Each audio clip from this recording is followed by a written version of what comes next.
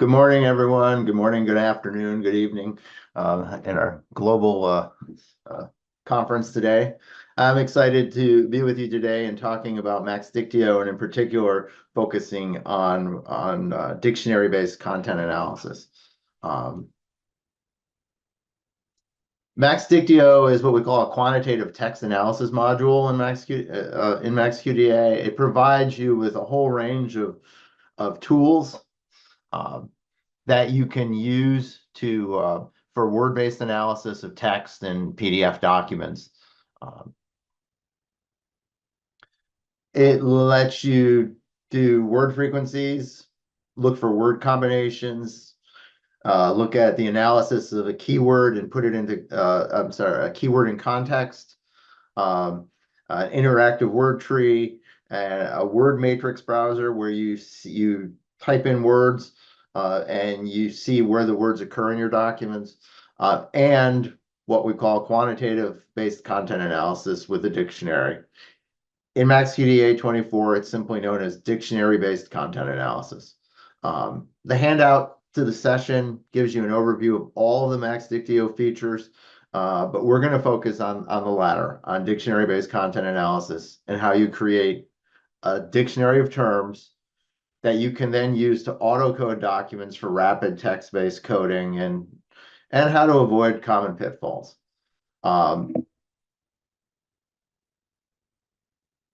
You access MAXDictio from its own menu in MAXQDA. As you see, there's a whole set of features here. We will end up using a few of them here. But we're focused on this side here, on dictionary-based content analysis, autocode with dictionary. Also, in the process of building a dictionary, we're going to talk about the ways we identify terms, and we will use the analysis tool Word Explorer. And so that's under analysis. I got a small number of slides, but the vast majority of what we're going to do is going to be done in a live demo. We're going to literally build a dictionary term today. So what is dictionary-based content analysis? It's a form of rapid analysis to code documents using a set of search terms known as a dictionary. So on the screen here, you see the dictionary tool, and you can have multiple dictionaries. In fact, a lot of my projects where I use this will have like one for every category. I have a lot of dictionaries, but this one is called the 9-category dictionary, and these were the 9 categories that we're seeking to identify. And in the dictionary are a bunch of search items. So here is the category. So we organize into categories with search terms. So content is one of the words. This is from a study of business strategy, of Netflix business strategy, looking at 40 documents, more than 400 pages of text, and I think we calculated it was about 40,000 words in the project. So it's a relatively large piece of data. That's why we do the rapid analysis. We want to speed up the process. So here we have the category content, and then a list of search items that will fit. That if any of these search items are found, MAXQDA will identify that as fitting under that category of content. We can specify things to whole words. So IP as a whole word, which is a shortcut for intellectual property. You can't see the whole thing here, but it also says intellectual property, whole word. We can be case sensitive if we want. We can just rely on starting letters like subtitles, subtitle, right there. Genres. So we have flexibility in how we specify these. So we organize the dictionary into categories with search terms that match the concept. So again, we see content with several potential search items, and we can specify how we narrow those. Should have been looking at my slides ahead, right? The categories are used to view results. If we go to the tool dictionary-based content analysis and we run it, it's going to show us. So here, I sorted this by document group because I had 40 documents. So these include all 8 documents for each of these 5 years. Okay, you can see the total number of words in each of these. And here are the categories. So here's content over here. And in 2018, we had 463 hits, 457, 368. Okay. So this shows us the number of hits for the category within the documents in the row. We can do auto coding based on this, but we're going to look at this in other ways.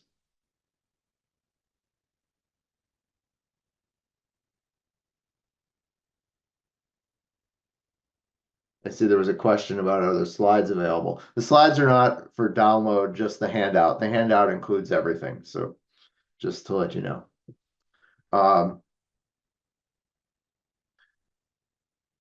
We can also switch to category matrix browser. The category matrix browser, all it basically does is flips the results. So here we had document groups here and categories here. Category matrix browser puts the document groups or documents here or document sets and the categories down here. It's the exact same data. It's not showing us the search terms. It's saying all of the search terms for content show up in here. Okay. It's literally the same thing as dictionary based. You can change how you view it. You can use hot maps. You can use squares and circles, however you want.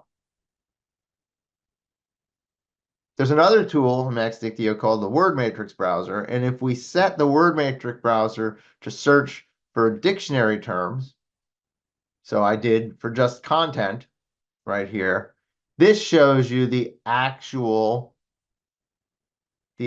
search terms. So the word original, licensed, games, IP, intellectual property. Notice that it only occurs 5 times, whereas IP occurs a lot more, but it does occur enough that it was worth including it as a search term. Okay. For each of these tools, you can double click on any of the cells with data and see the results.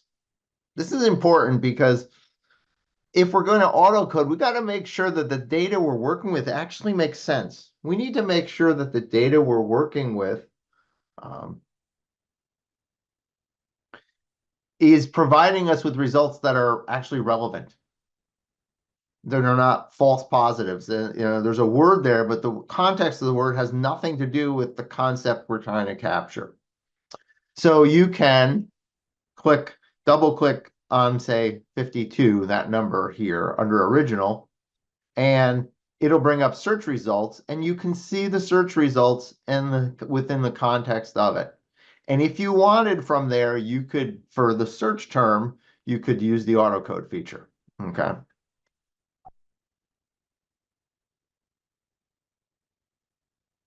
In a dictionary-based content analysis, once you built your dictionary, once you're confident in your dictionary, you can use the autocode with dictionary to create that you created and autocode all the results based on your search terms.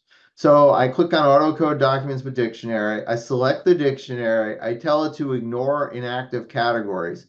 So in the dictionary, before I open this, I click on the ones that I don't want, and it will ignore the hit. So it's like a stop sign. It's saying don't use that when you're working with this. Only capture the categories you want, and then it will bring up an autocode window and let you create a code memo. This is just sort of the default setting to autocode the results.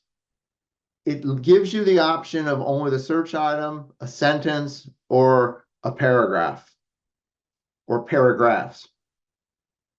I highly recommend when I'm doing this that I use paragraphs. And the reason being, The search item by itself tells me very little. I have zero context from it. The sentence is better, but I would much rather code the entire paragraph so I can see what's going on.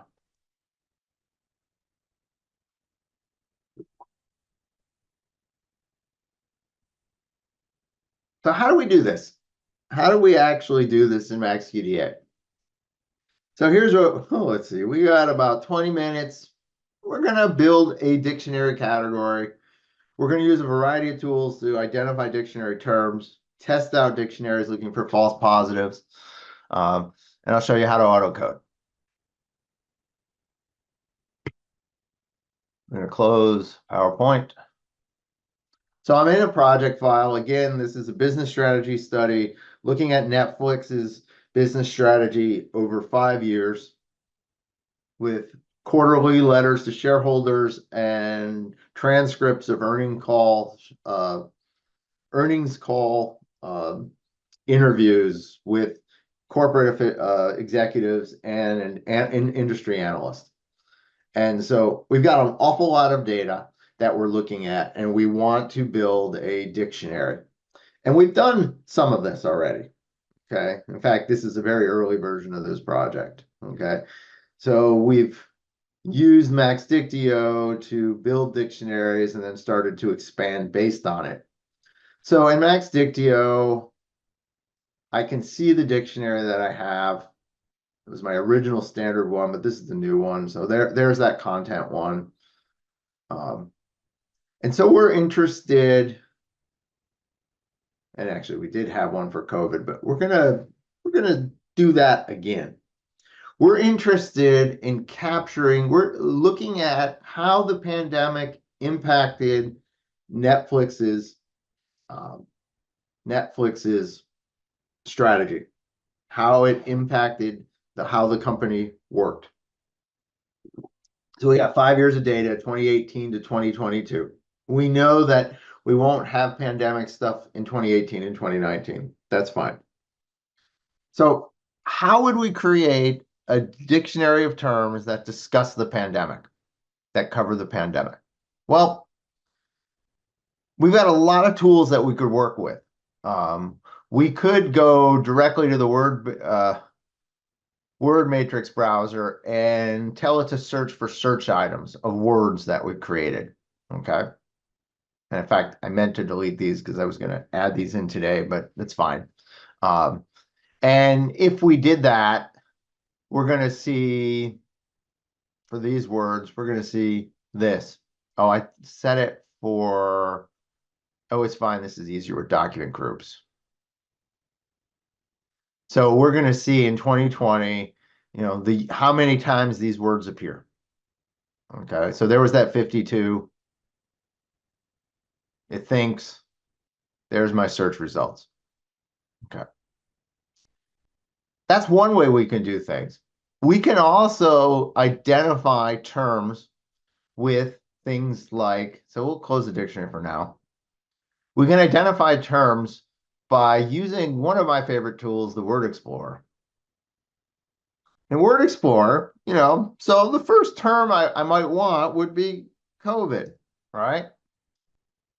All right, so I got 110 hits. I'm pretty confident anytime the word COVID appears in this data, it's going to be relevant to what I'm trying to capture.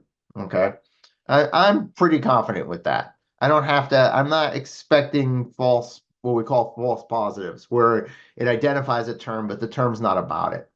But let me show you something here. I want to make sure in Word Explorer that I don't have case sensitivity on. Because look, I just turned case sensitivity on, and I got no hits. I'm like, what? How did that happen? Well, in this data, MAXQDA, I'm sorry, Netflix, excuse me, Netflix always referred to COVID in capital letters. So let's see, double click on it, COVID. I notice here I see COVID-19. So that's a term that shows up. And that's showing up here because we've got starting letters on. Okay. So I use a term, I say, okay, that word's going to work to create a test dictionary. So I'll create a dictionary. I'm going to create a brand new dictionary just for fun. We're going to call it pandemic. And the first, just one category, and you'll call that the same thing. We're going to call that, I'm going to call it COVID related.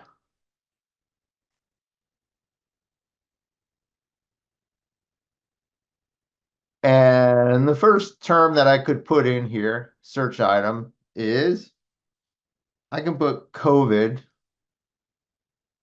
but I'm not specifying case sensitivity. And if I do that, that'll be fine.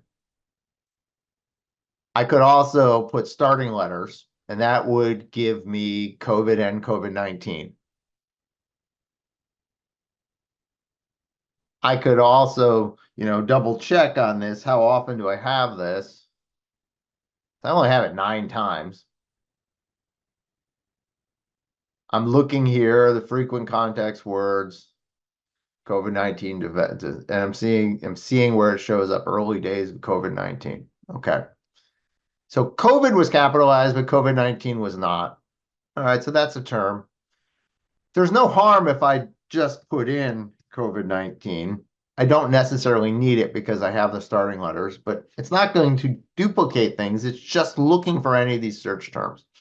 What about other terms? Well, how about pandemic?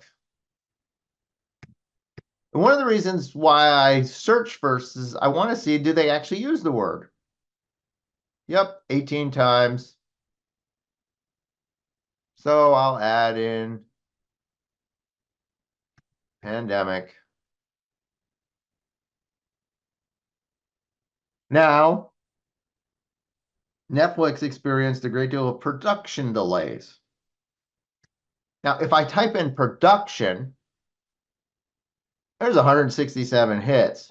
I start looking at context, and ooh, I'm not certain this is going to be helpful. I do see COVID-related production.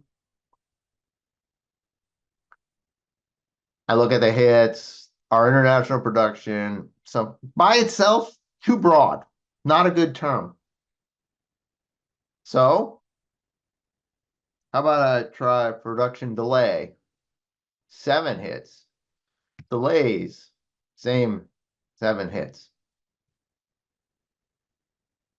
So I'm gonna add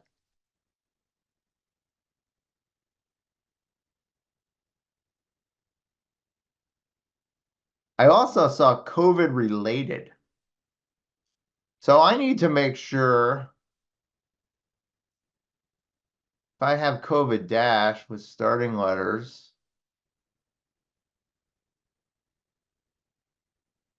COVID-19 disaster, COVID related. So that worked by itself. So I'm good with that. I don't need to add in another term there.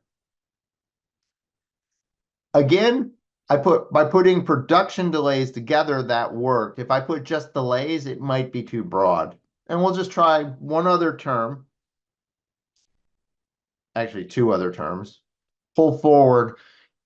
It's helpful to read your data before you're building a dictionary. And in exploring the document, we knew that Netflix measured its success based on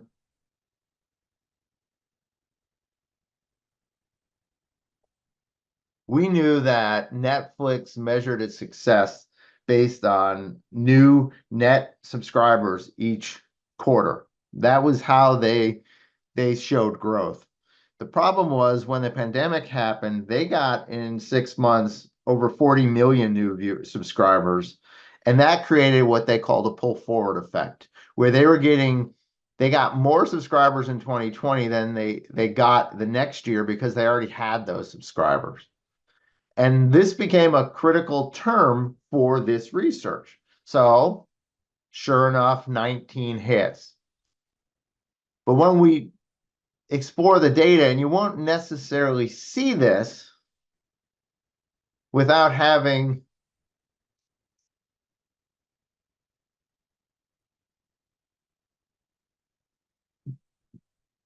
So pulling, that's bad. That's not useful. Pull forward of subscriber growth. Pull it back, pulling up. It's not showing me, but one of the things I learned was right here. Pull dash forward. So I need to make sure if I do just this, that's going to give me 18 hits, but it's not going to give me pull space forward. So I'm probably going to just add in 2 terms.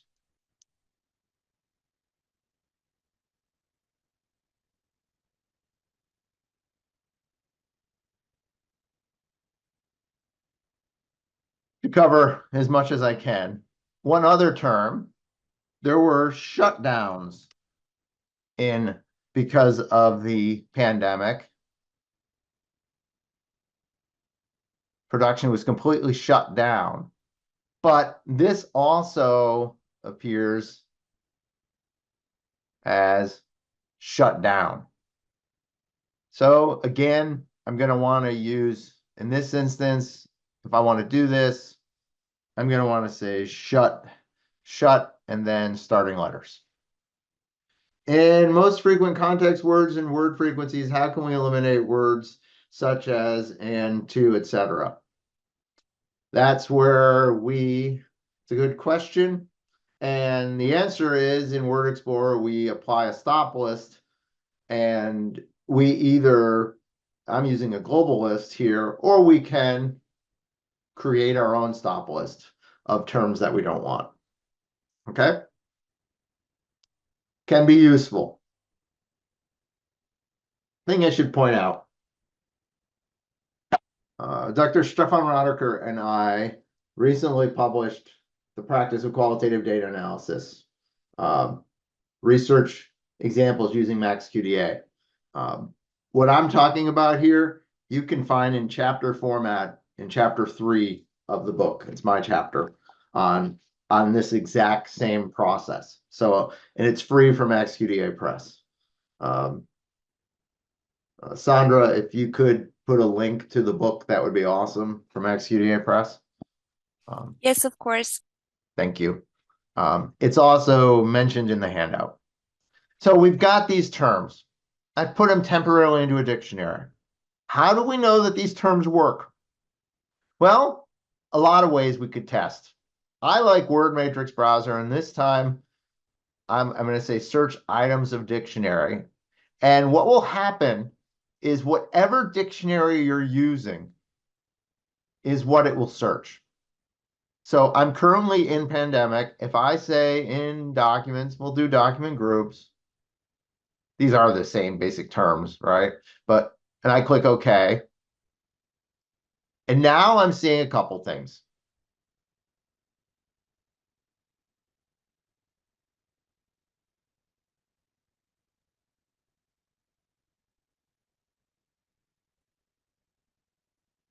I am actually seeing I have terms, and these words seem to work, I think.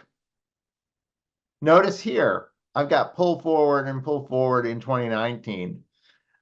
Those hits are ones that I'm going to call a false positive. It's the same concept, but they were talking about subscriber growth before anyone even knew a pandemic was going to occur. And so they're not talking about the same thing. In general, I'll leave that for now. But once I auto code it, I'll go back and look for those, and I'll probably go into Smart Coding Tool for pull forward, and I will simply I will remove those coded segments.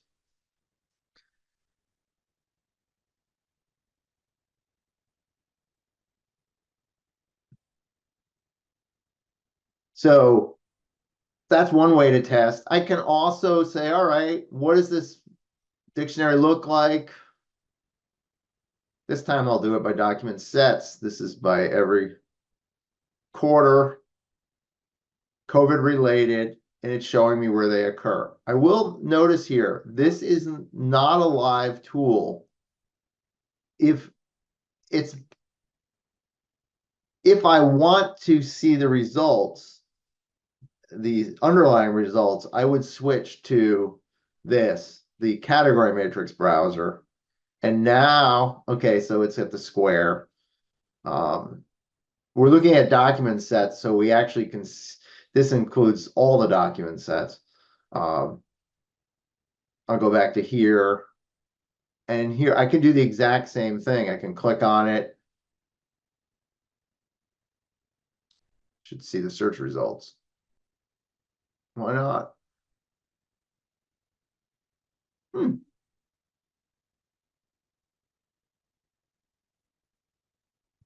Parametric browser. Ignore.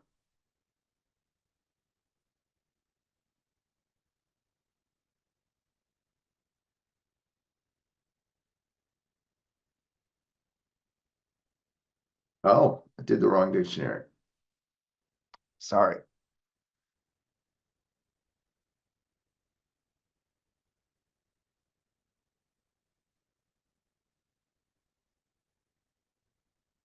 Huh. It's weird. It's bringing up the other one. I'm not certain why. I've never had that happen before. Oh, well,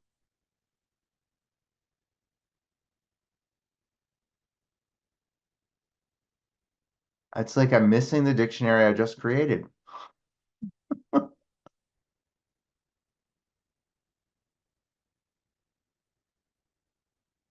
It's like it copied in all the other ones. That's bizarre. It's a little bit of a bug. I'm not certain what happened there.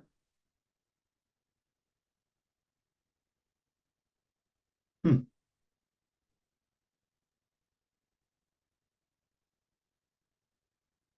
Yep. It's like everything we did disappeared. I must have deleted it by accident.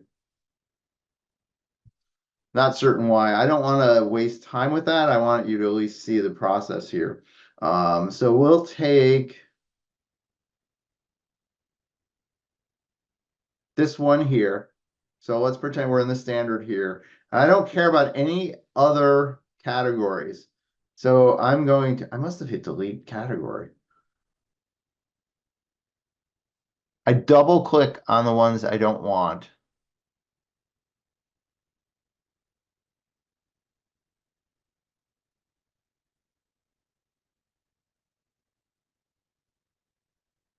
I'm gonna have to go back and watch this video and see what happened. How did I lose that data? Just sort of happened. I've never seen that happen before. So I've turned these off. So now we're only looking in the standard dictionary at pandemic and pull forward. I'm going to change COVID to starting letters. Coronavirus, pandemic, shutdown. And I'm going to add in and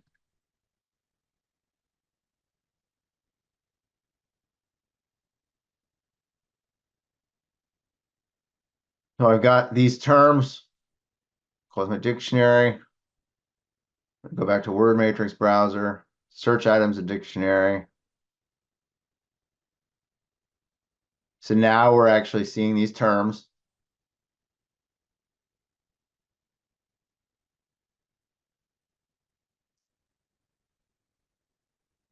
And from there, so I'm looking, yeah, okay, this is useful. If I want to say I've reviewed the data, I'm confident in the data, I want to auto-code it. Auto-code with dictionary, I'm going to standard dictionary, ignoring active categories. I'll just leave this. I want paragraphs.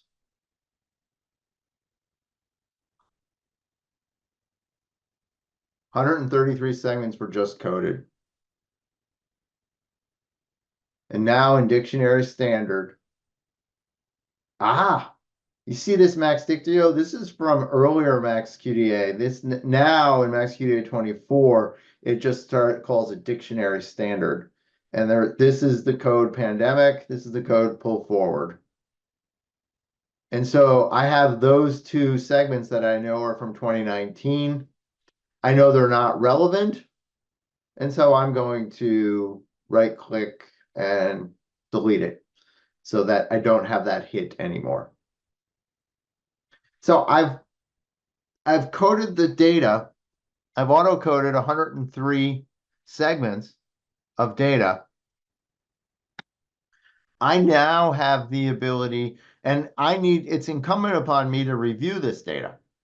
I got to make sure this is actually relevant. There's a lot of ways I could do this.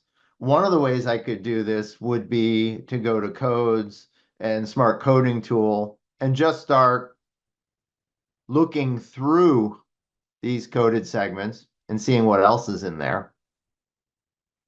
Okay. And from there, I could refine it and start adding subcodes. So I could have a subcode on production delays.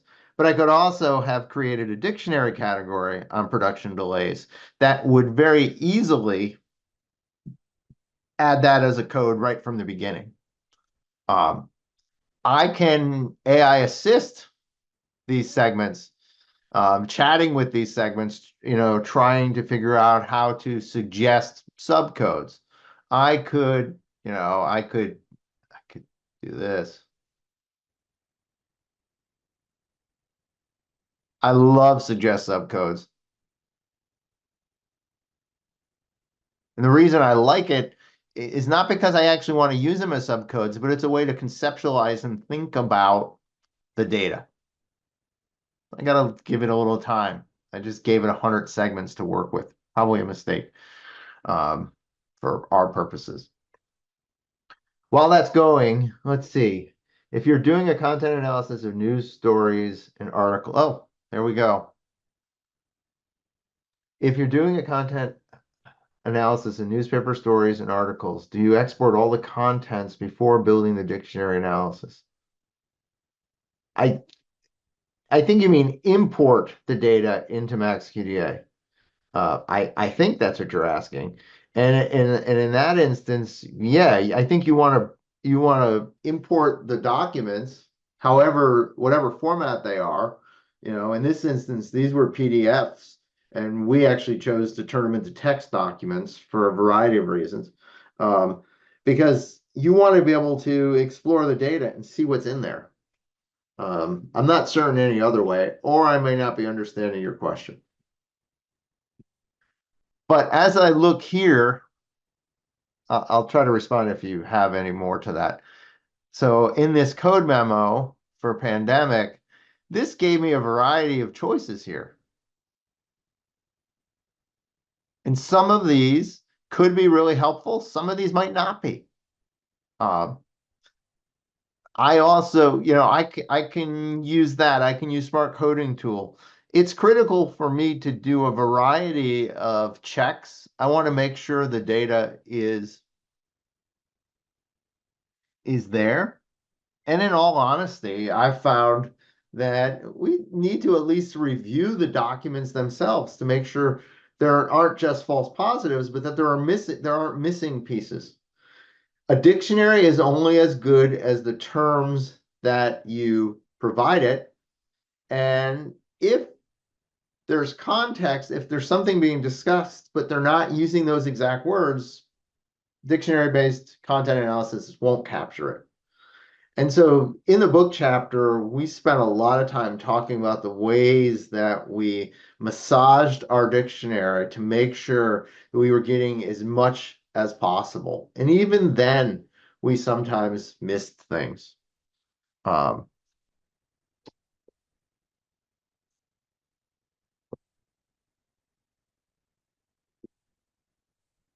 sometimes we would have terms that just simply didn't work. So for example, we were interested in MAXQDA was doing does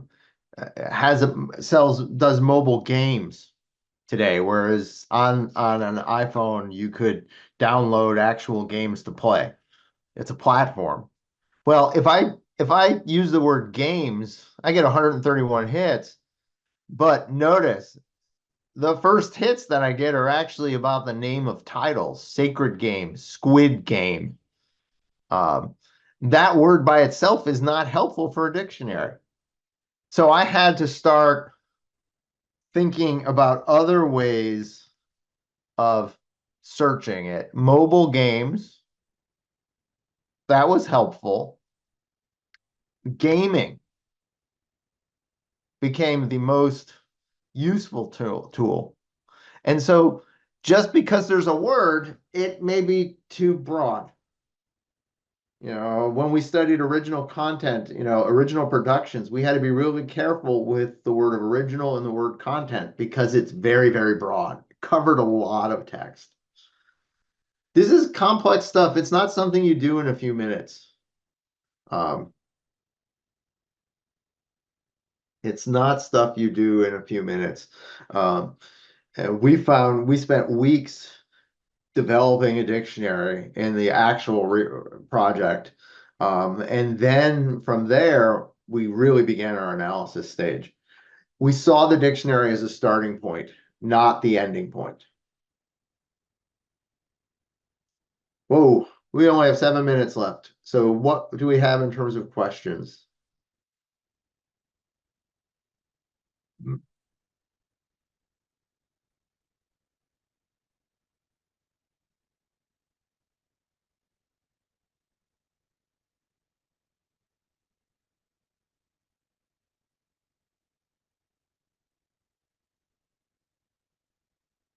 Is there a preferred document format? I think MAXQDA is truly maximized for greatest efficiency working with Word files.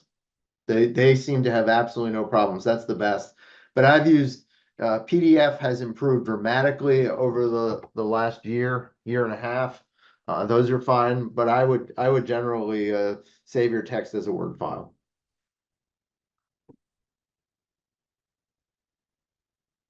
Other questions?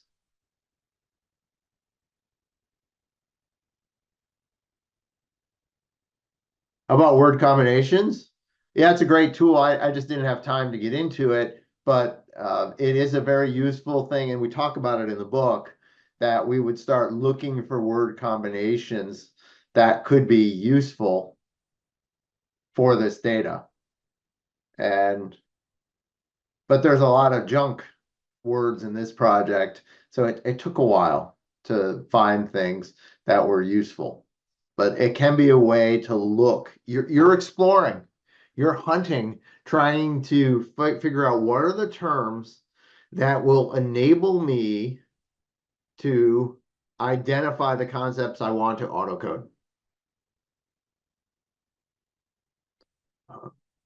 And there is no one correct way to do it. For some people, word frequencies is very valuable.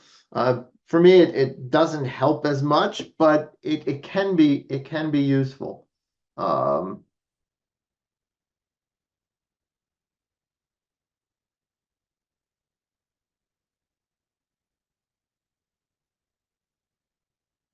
I'll oftentimes go to the largest words and look to see if there are terms here that are helpful for me. And it's really it's reading, it's exploring, and saying what works. Okay, Sandra?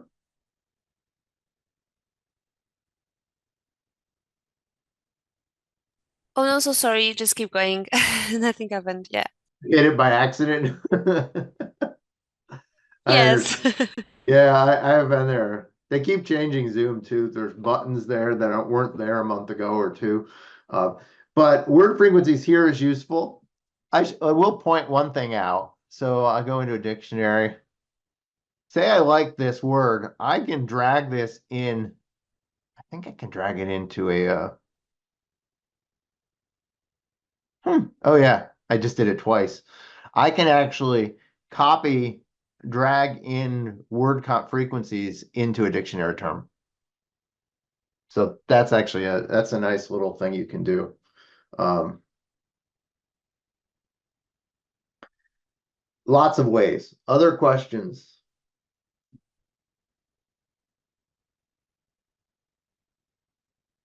I'll probably do a webinar for MaxQDA in the next month or two, going over this again after I figure out why my dictionary disappeared on me, so we can not have a problem with that. I've never seen that happen before. I must have accidentally hit delete. of that dictionary. That's all I can think.